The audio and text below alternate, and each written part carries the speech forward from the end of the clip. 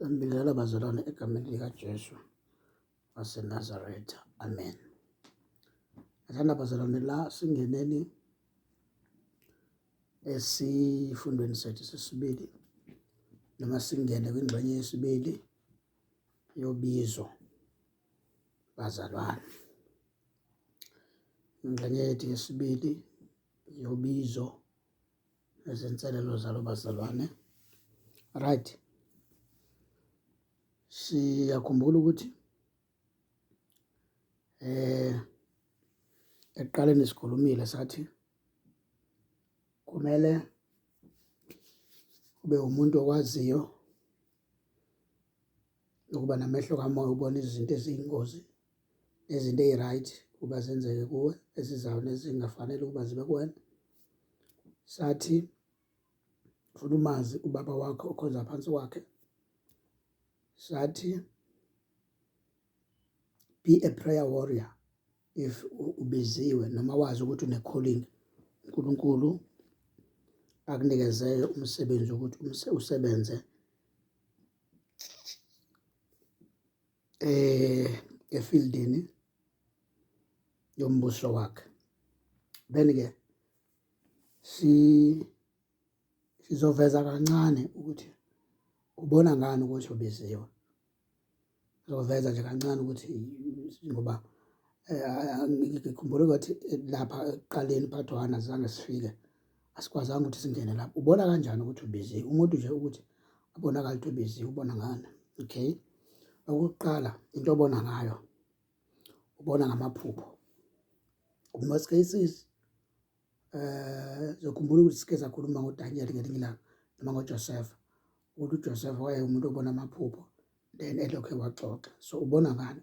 Uyabona ngamaphupho. Amaphupho waphuphayo kwesinye isikhathi aba amaphupho akutshengisayo ukuthi maybe one day uyoba yi-hero. 2, uzobona in most cases mhlawumbe isithi uma uwumuntu ozalelwe ebandleni noma enkonzweni kini kuyakhonzwa. So ezinye zezinto ezenzekayo uNkulunkulu khona izinto akutshengisa zona nje. Mhlawumbe njalo uma kuzokwenzeka into kusasa, aqala akutshele namhlanje athi kusasa kuzokwenzeka ukuthi, noma uthi uvuka usu-aware what is going to happen today. So those are the things ey'tshengisayo. Okunye kuye kube ukuthi abaningi bathi sometimes ukuyiphuphe uney'lwane nje cisho lezi ey'nkulu, like ibhubesi or yes, mhlawumbe ibhubesi thothi uhleli nawo then awakwenzi lutho. That means i-power nayo. Zokhumbula ukuthi ibhubesi ngokwaseBhayibhelini siye sithi uJesu representa uvela Lion of Judah, ngamanye amazwi eyinkosi yamaJuda, through nge-system esisebenzisa esisusele ey'lwaneni yethu ibhubesi kanjalo. So if uyibona usendaweni othola ukuthi amabhubesi khona, then awakwenzi lutho, uhleli nawo. That means une-power onayo, uNkulunkulu ayi-investe kuwo. Okunye uzibona ushumayela,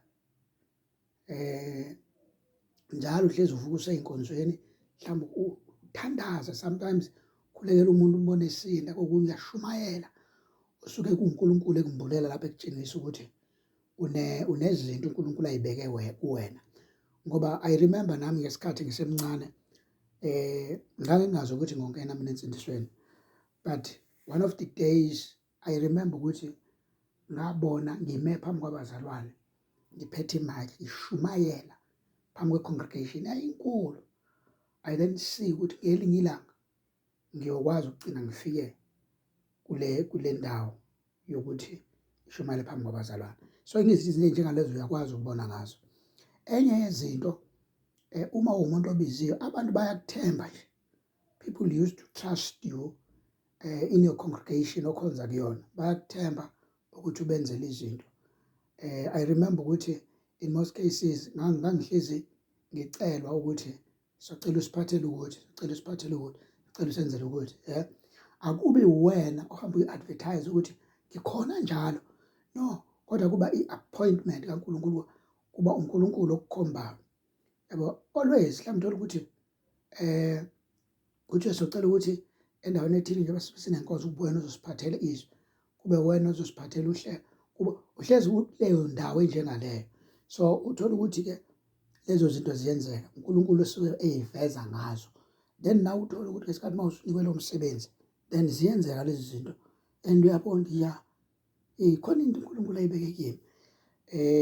Uqhubeka abazalwane, kube ukuthi ngathini, kwesinye isikhathi njengoba ngisho ukuthi abantu baze bakutshele abanye ngelinye ilanga, abanye bayeza kuwena bakuchazele ukuthi uNkulunkulu unamandla phezu kwempilo yakho, khona izinto ey'ningi akunikeze zona. Yazi kwesinye isikhathi because uma uwumuntu osukhonza utho ukuthi hhayi ngoba ukwi-position ethile, but uwumuntu oyihlupha ngokukhonza, uthi ume phambi kwabantu uyazizwa usuyashumayela, mhlawumbe ukuthi khona i-cause ethile athendayo, then usuzwa abantu bethi hey, indlela okhuluma ngayo uyazwakala uthi. So those are the showings atshengisayo ukuthi God is walking with you. So wenze njani-ke ukuthi uzivikele ekuthenini i-calling yakho ingadestroyeki? Sishilo sivezile lapha ekuqaleni ukuthi funa ukubheka abantu ohamba nabo, ubheke isikhathi osichitha nabantu ukuthi ubani osichitha nabo isikhathi sakho, ubheke ukuthi umholi wakho phambili engabe uklini enough yini ukuthi ungakhonza kuyena, ngoba ugcobo liyathelelana. Uma ungaphansi komuntu ophethe ugcobo olumdaka noma olungcolile noma okungesilona lukaYesu yedwa, olumikisile athi ekhuluma ngoJesu ebefake nezinye izinto, so leyo nto uzoyithela kuwena, then-ke wena bese uyalimala. That is why uzohlezi ngike ngasho ngathi abanye baphila impilo yokuba amadwafu. Isizathu yini? Kufana nokuthi phezu kwempilo yakhe kume itshe elimcindezelayo. Whatever is doing under the authority of someone omcindezelayo, ongafuni arise, because uma embona ukuthi unamandla kumphatha kabi lokho, then bese enza sure ukuthi fanele i-calling yakhe ayicindezele ingasebenzi. Right. Sikuvezile-ke futhi nokunye ukuthi abantu abaningi they used to untshontshe i-calling yabanye abantu noma bantshontshe i-anointing yomuntu, bafuna ukuyisebenzisela bona. So ama-scammers vela akhona, into esijwayelekile leyo, siyayazi ukuthi iyasebenza. Ngike ngasho futhi ngakuveza ukuthi i-system ezangoma leyo, but isize umkhuba nje ojwayelekile ongathi usumnandi emabandleni bayawenza, because abantu baphila kulezi iy'nsuku, baphila impilo yokuba ama-hypocrites, abazenzisi, abaphileli ukuthi bakhuluma ivangeli elingenakho ukuthi athi endleleni la ngihamba khona yonke into engenayo ngi-honest phambi kaNkulunkulu. So njengamanje kusesitayeleni ukuphila impilo engcolile. Uma ungayiphili impilo engcolile, ubonakala sengathi awuphilile kahle ekhanda. Kusesitayeleni ukuphila impilo enamanyala phakathi, kuyi-lifestyle yamanje, because these periods esiphila kuzo isikhathi ezaprofesaywa long time ago. Ngike ngaveza ngelinye ilanga ngathi lento yayikhulunywa, it was something like 1989, 1990 kanjalo. So ikhulunywa kusengathi yinto nje ngisemncane, so ikhulunywa, but only to find ukuthi if usuyibona manje ukuthi hayibo lento yayishiwo nansi.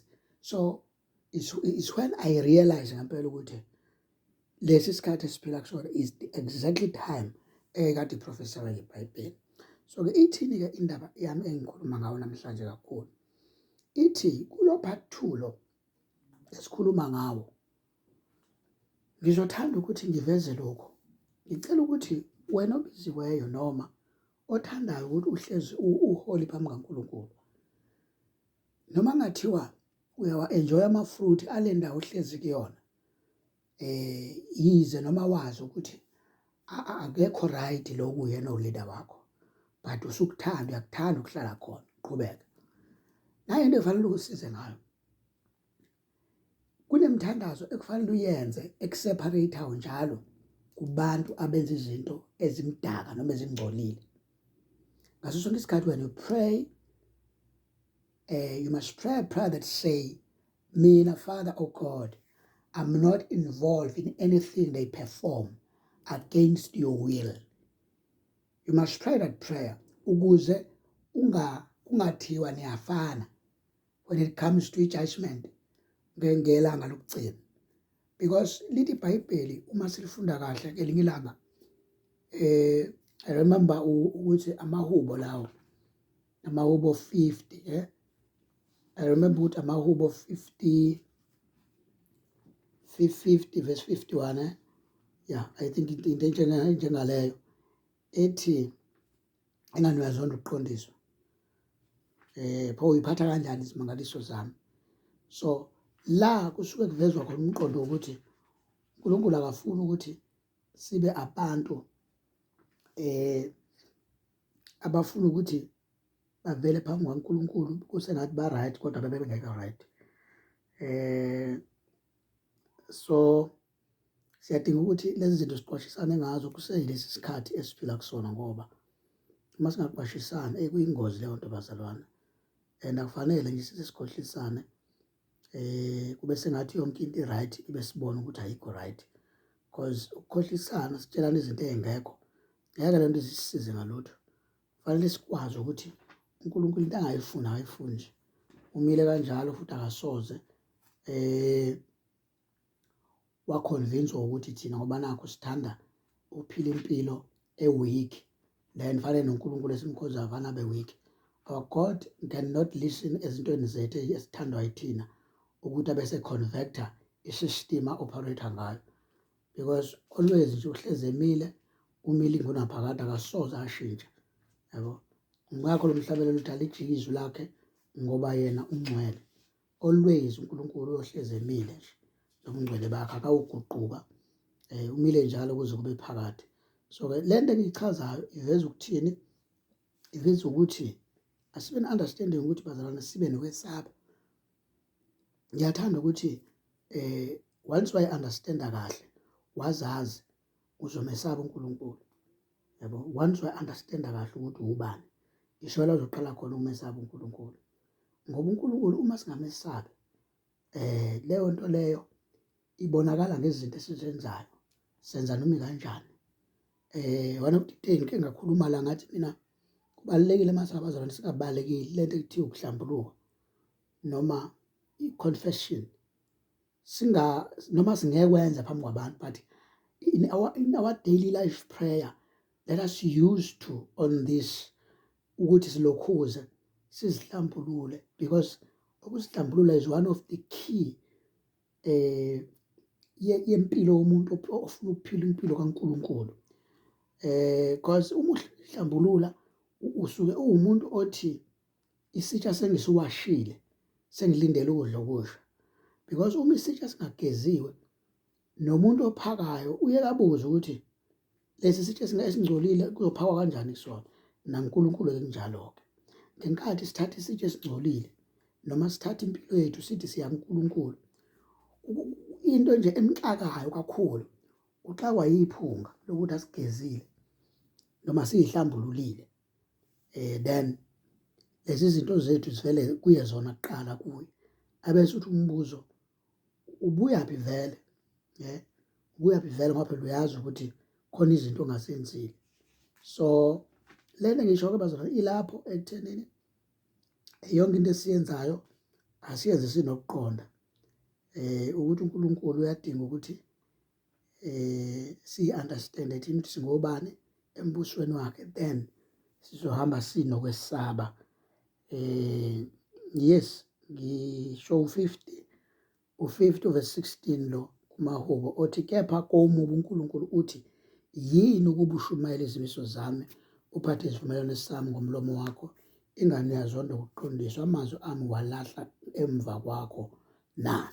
Alright, bese uthi noma iseqhubeka uthi ingane, okay, uthi uverse 18, uma ubona isela uvumelana nalo, neziphingi uhlanganyela nazo. Okay, so leyo is one of the key-ke ethi uma kade ngisho lesaseluleke sithi noma ngathi ukhonza endaweni enjani,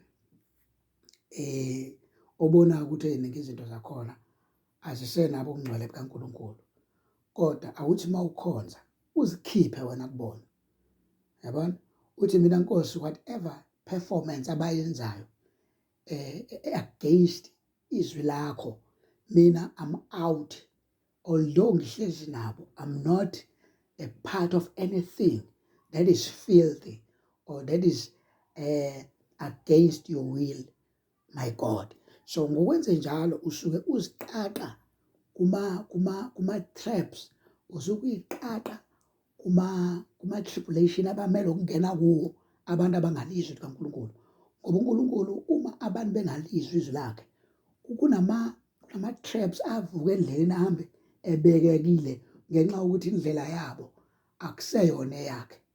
That is why mayethi masifunda incwadi ngelinye ethi imicabango yenu imicabango yenu ayisiyona imicabango yami, Isaiah 55, imicabango yami ayisiyona imicabango yami. Ngamanye amazwi singathi thina ngokuthi ekade saqala thina sikholwa, noma singazidla izono nje, uNkulunkulu uyazi kade saqala. Akasebenzi kanjani uNkulunkulu?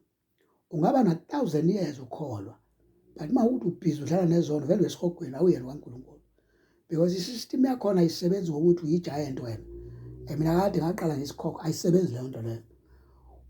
You don't obey ama-locution, ama-instruction nama-regulations owanikeziwe, noma i-protocol oyinikeziwe ukuthi kuhanjwa kanje la embusweni kaNkulunkulu, u-out vele, yabo.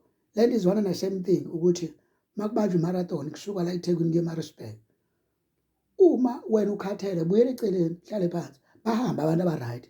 So it's one and the same thing ethi nala embusweni uma sihluleka asingalokhu sisikhohlisa, because angazi ukuthi ubani umuntu esicaba mhlambe siyamkhohlisa o-blind ongaboni emahlweni, because ungabakhohlisa abanye abantu ngezinto ozenzayo, but uNkulunkulu ngeke uzomkhohlisa.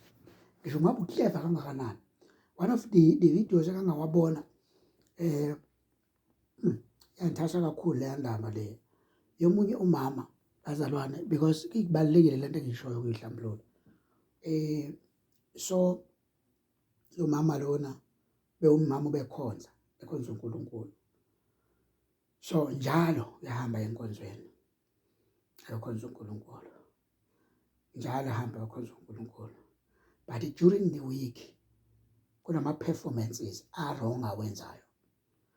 So is-involve kuma-sexual activities, then uthole ukuthi kuze kufika isikhathi sokuthi akhulelwe, then uyikhiphela nje iy'ngane. One of the day uthelele ebusuku wafika i-angel kaNkulunkulu